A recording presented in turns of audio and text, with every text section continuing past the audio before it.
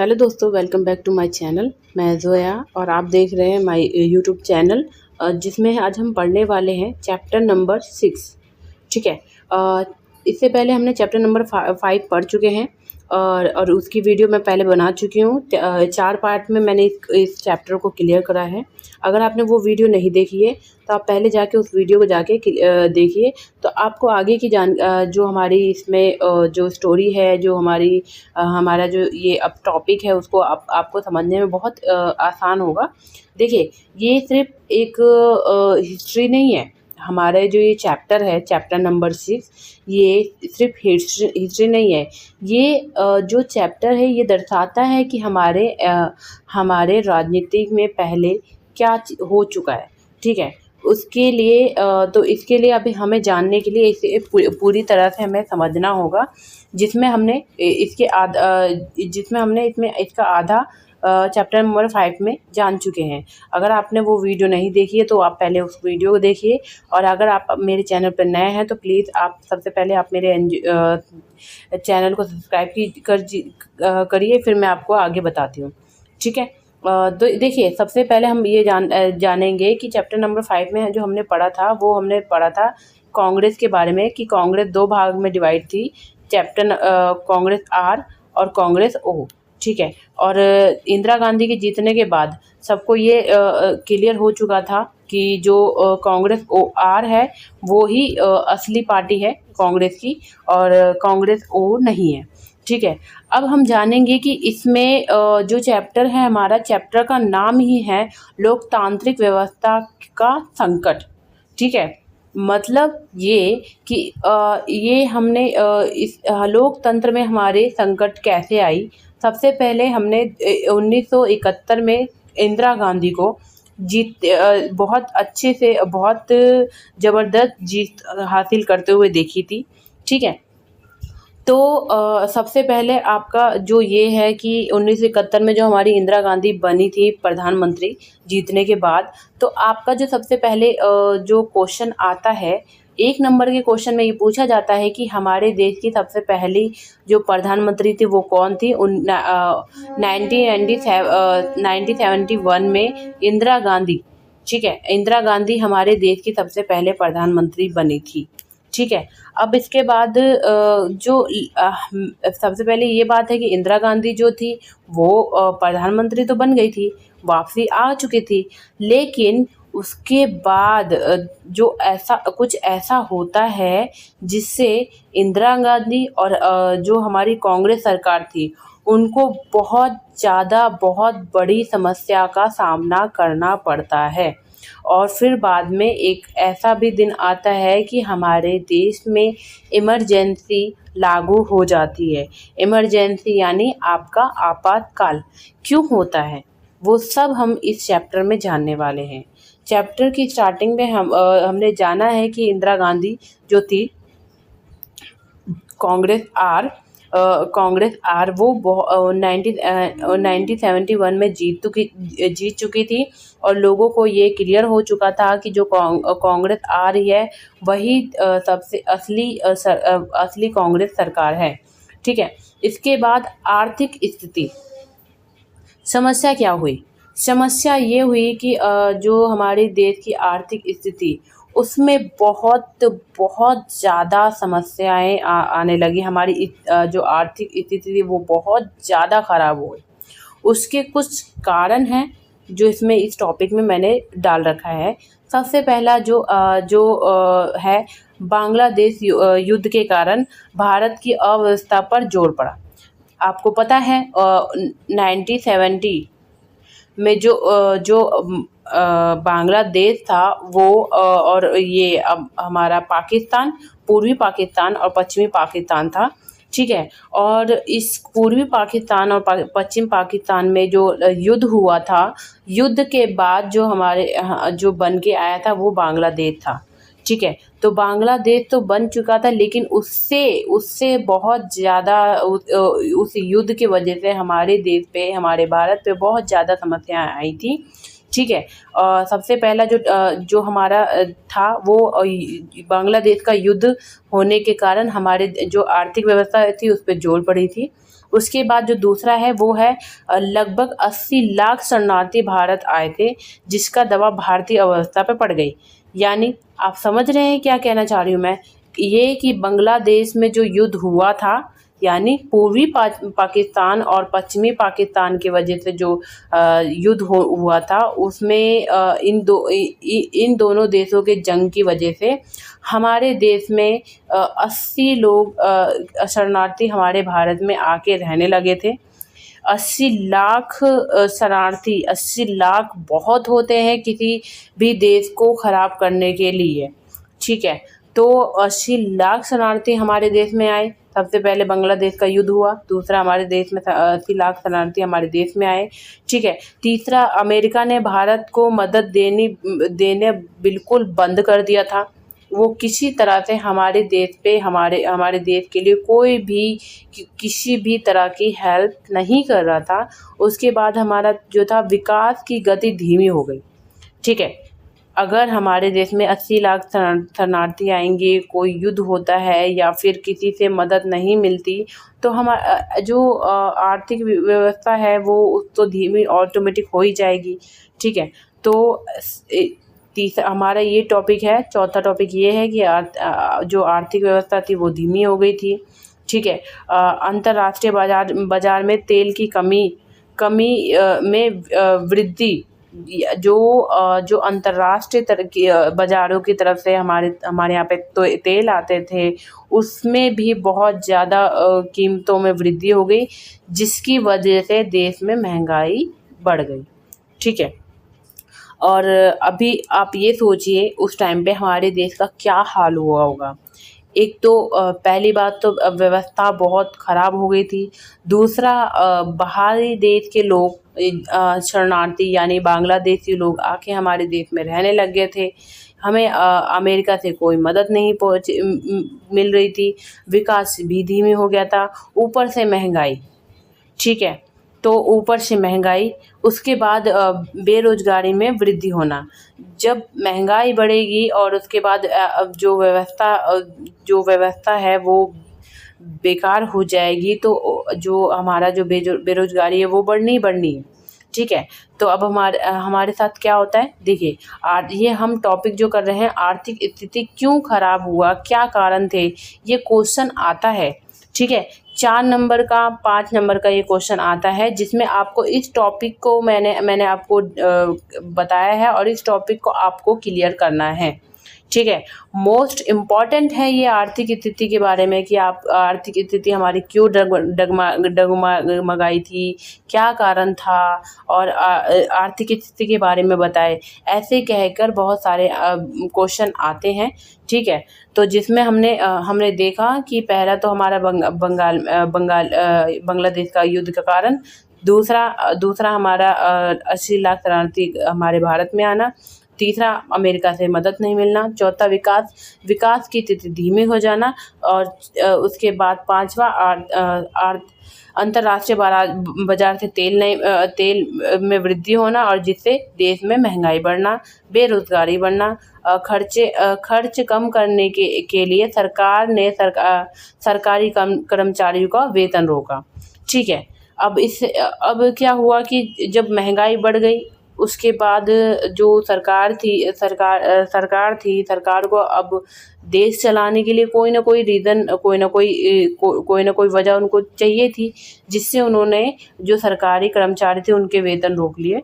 अब जब वेतन रोक लिए तो उसके बाद वो जो सरकारी कर्मचारी थे वो भी आंदोलन पे खड़े हो गए थे, ठीक है। अब उसकी वजह से और भी स्थिति ख़राब होने लग गई थी, ठीक है।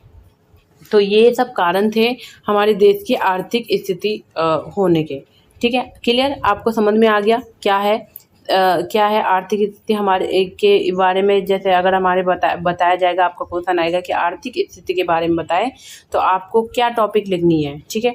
आपको ये पॉइंट्स डिस्क्राइब करनी है, ठीक है। अगर आपको इसमें भी नहीं समझ में आता तो आप मुझे बता दीजिएगा कि मैं एक जो टॉपिक है उनको भी डिस्क्राइब करके आपको नोट्स बना के दे दूँगी, ठीक है।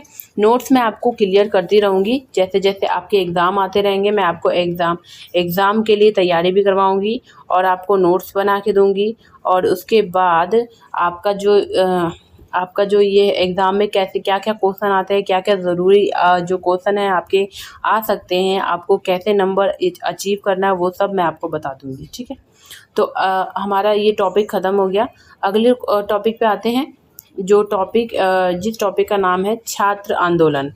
ठीक है, अब ये तो आपने जान लिया कि हमारे देश में आर्थिक स्थिति हो गई थी। जो छात्र आंदोलन, क्या कारण थे कि छात्रों ने आंदोलन पे बैठ गए? ठीक है, क्या कारण थे कि छात्र हमारे देश में आंदोलन करने लग गए? देखिए, छात्र आंदोलन, देश में आवश्यक वस्तुओं की बढ़ती मांग। देखिए, जो कीमत थी, मैंने आपको पहले ही बता दी कि जो कीमत थी वो बढ़ चुकी थी हर चीज़ में, और भ्रष्टाचार बढ़ रहा था। ठीक है, कीमत को बढ़ते हुए देखते महंगाई को बढ़ते हुए देखते हुए और भ्रष्टाचार को देखते हुए जो छात्र थे वो आंदोलन करने शुरू कर दिया था। ठीक है, 1974 में बिहार में इसी वजह से आंदोलन शुरू हुआ। आपको मैं बता दूं, उस टाइम 1974 में 2 जगह आंदोलन हुआ था। सबसे पहला आपका बिहार था, दूसरा था गुजरात। ठीक है, गुजरात में हमारा एक पहला हमारा जो था वो बिहार में था, दूसरा था हमारा गुजरात में। ठीक है, तो लेकिन जो बिहार में था वो ज़्यादा ही चरम सीमा पे आ गया था। क्यों? क्योंकि जब हमारा जो 1974 में बिहार में आंदोलन हुआ था, तो आंदोलन का नेतृत्व करने के लिए कौन सामने आया? जयप्रकाश नारायण, जेपी नारायण भी कहा जाता है इनको।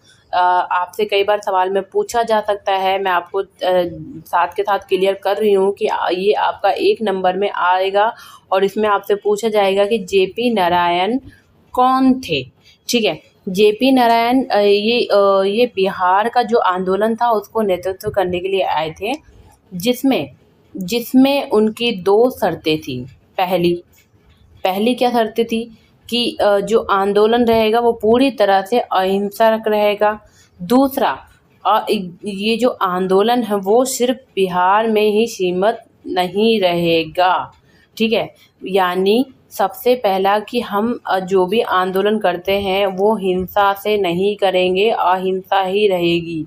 दूसरा, जो भी हम आंदोलन कर रहे हैं सरकार को लेकर और महंगाई को लेकर, वो सिर्फ बिहार में सीमित नहीं रहेगी, हमें आगे तक लेके जाना होगा। उनके कहने का मतलब ये था। ठीक है, इसी आंदोलन के द्वारा सच्चा लोकतंत्र स्थापित करने की बात कही गई।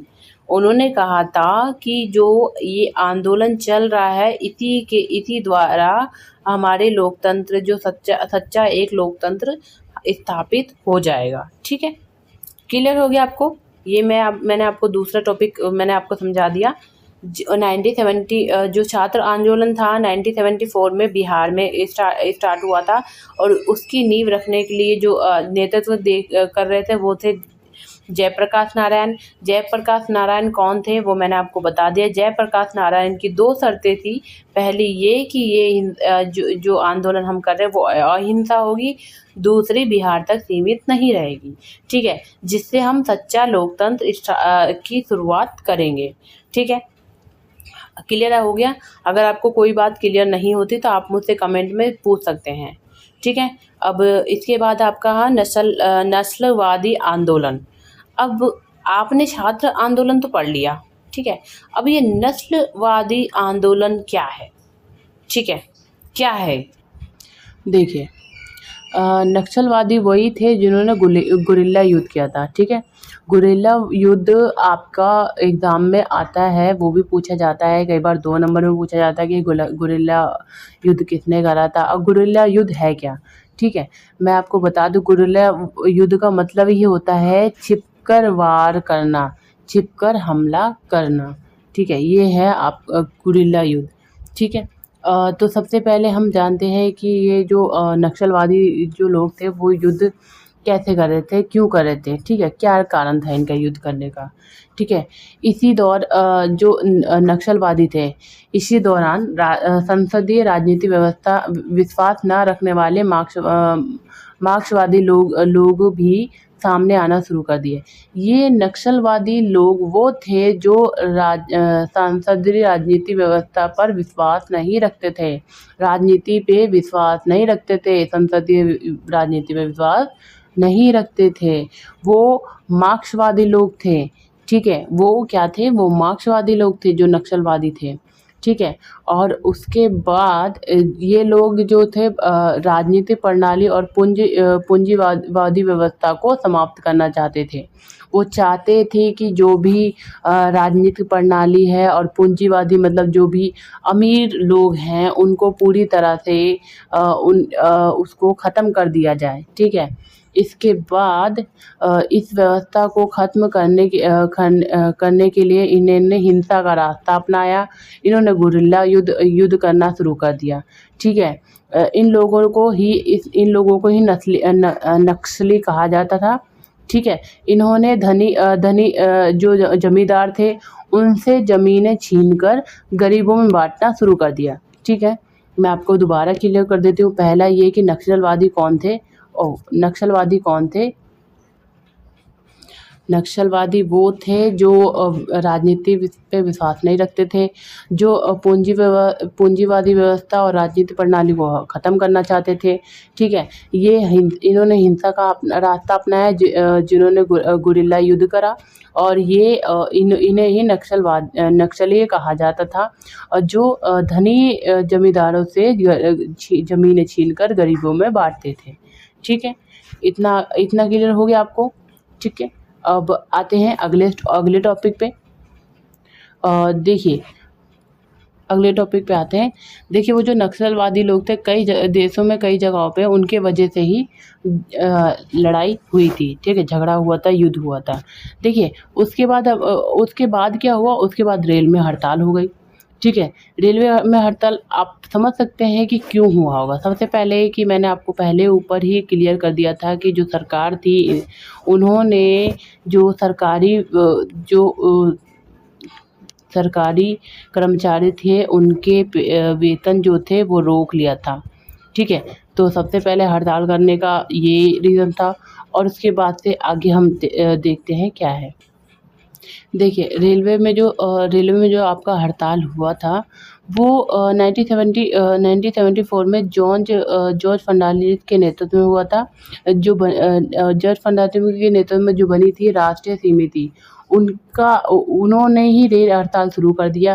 पहला उनका हड़ताल करने का क्या रीज़न था? उनका हड़ताल करने का रीज़न ये था बोनस, ठीक है। बोनस रीज़न था कि हाँ जो सरकार है उनसे उनको बोनस मिले। उसी मुद्दे को लेकर उन्होंने रेल में हड़ताल करा, ठीक है। रेल में हड़ताल करने की वजह से जो यातायात की समस्या थी वो ठप पड़ गई।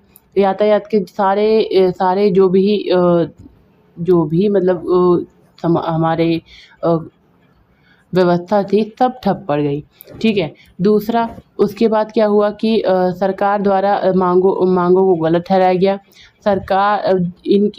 इन्होंने हड़ताल करी थी उसको सरकार द्वारा पूरी तरह से नकार दिया गया, स्वीकार करने से मना कर दिया गया और इसको गलत बताया गया, जिसकी वजह से असंतोष और बढ़ गया, इनका गुस्सा और बढ़ गया, ठीक है। क्लियर? पहला ये था कि जो इनका ये कहना था कि जो सरकार है वो उनको बोनस दे, इसी को लेकर इन्होंने हड़ताल करा। और हड़ताल करने की वजह से एक तो देश में ऐसी संकट बढ़ रही थी, और संकट को ख़त्म करने के बजाय ये और समस्या बढ़ गई, ठीक है। यातायात की जो भी व्यवस्था थी वो ठप पड़ गई, ठीक है। इसलिए सरकार को सारी चीज़ों को देखते हुए इनकी जो मांगे थी उसको भी कम करना पड़ा, क्योंकि आपको पता है कि सरकार ने उन दिनों जो कर्मचारी थे उनके बोनस, उनके जो पैसे थे, उनके जो वेतन थे रोक दिया था, क्योंकि उस टाइम पे बहुत ज़्यादा आर्थिक व्यवस्था ख़राब चल रही थी, ठीक है। उसमें बोनस देना और मुश्किल था, इसलिए सरकार ने इनकी जो भी मांग थी उसको नकार दिया पूरी तरह से, ठीक है। जिसकी वजह से इनका जो असंतोष था और बढ़ गया, आक्रोश और बढ़ गया, ठीक है। अगला जो हमारा टॉपिक है वो है न्यायपालिका का संघर्ष। ठीक है। ये न्यायपालिका का संघर्ष मैं आपको अगले चैप्टर में अगले पार्ट में बताऊंगी।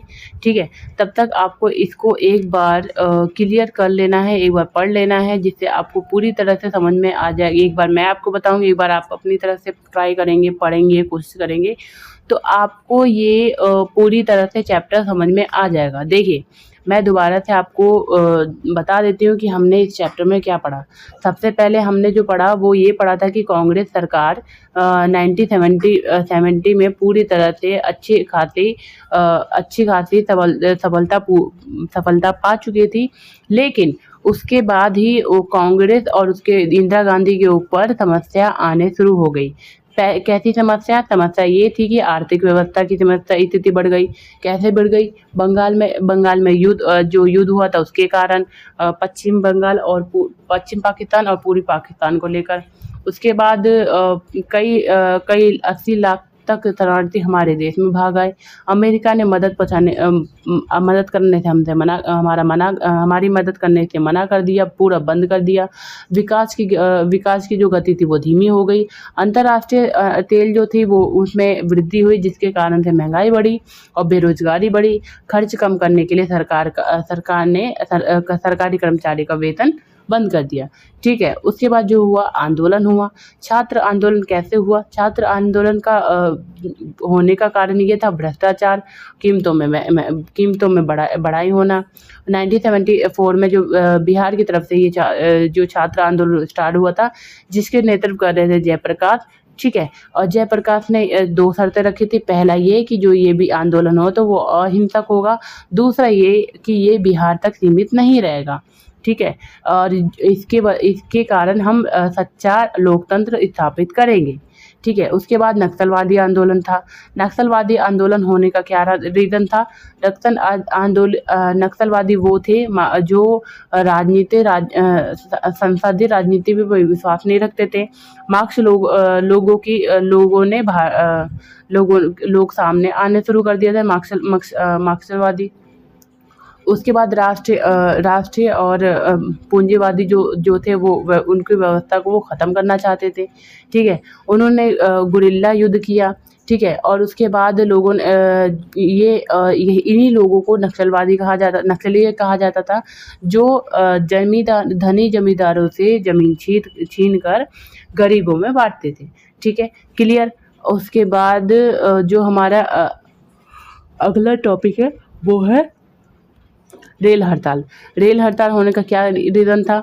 ठीक है, पहला रीज़न था 1974 में राष्ट्रीय समिति का हड़ताल शुरू करना। दूसरा ये था कि वो उनका ये था कि बोनस वो चाहते थे कि बोनस से मुद्दे जुड़े को लेकर वो हड़ताल करना चाहते थे। दूसरा ये था कि उनके हड़ताल करने से वजह से यातायात की जो समस्या थी वो पूरी व्यवस्था ख़त्म हो चुकी थी। और उसके बाद जो मांग थी, उनकी मांग को सरकार ने गलत ठहराया, जिससे असंतोष की व्यवस्था और ज़्यादा बढ़ गई। ठीक है, मैंने आपको इसमें एक उसके बाद 2 3 आपको मैंने 4 टॉपिक समझा दिया है। ठीक है, आपको अगर इसमें से कोई भी टॉपिक समझ में ना आया हो, ठीक है, हमारे चैप्टर लोकतंत्र व्यवस्था के बारे में आपको कोई भी नोट्स चाहिए होगा, या कोई भी अभी तक जो मैंने आपको समझाया उसमें कुछ समझ में नहीं आया, तो आप मुझे कमेंट कर सकते हैं और मुझसे पूछ सकते हैं। मैं आप सबके वीडियो का जो भी आपके सवाल होंगे उसके सबका जवाब मैं ज़रूर दूंगी। ठीक है, और मेरे वीडियो को लाइक करें। मेरे चैनल पर नए आए तो प्लीज़ सब्सक्राइब करें। ठीक है, और आप सब दिल लगा के पढ़िए। आप सबके साथ मेरा ब्लेसिंग्स है। Okay, bye. अगले वीडियो में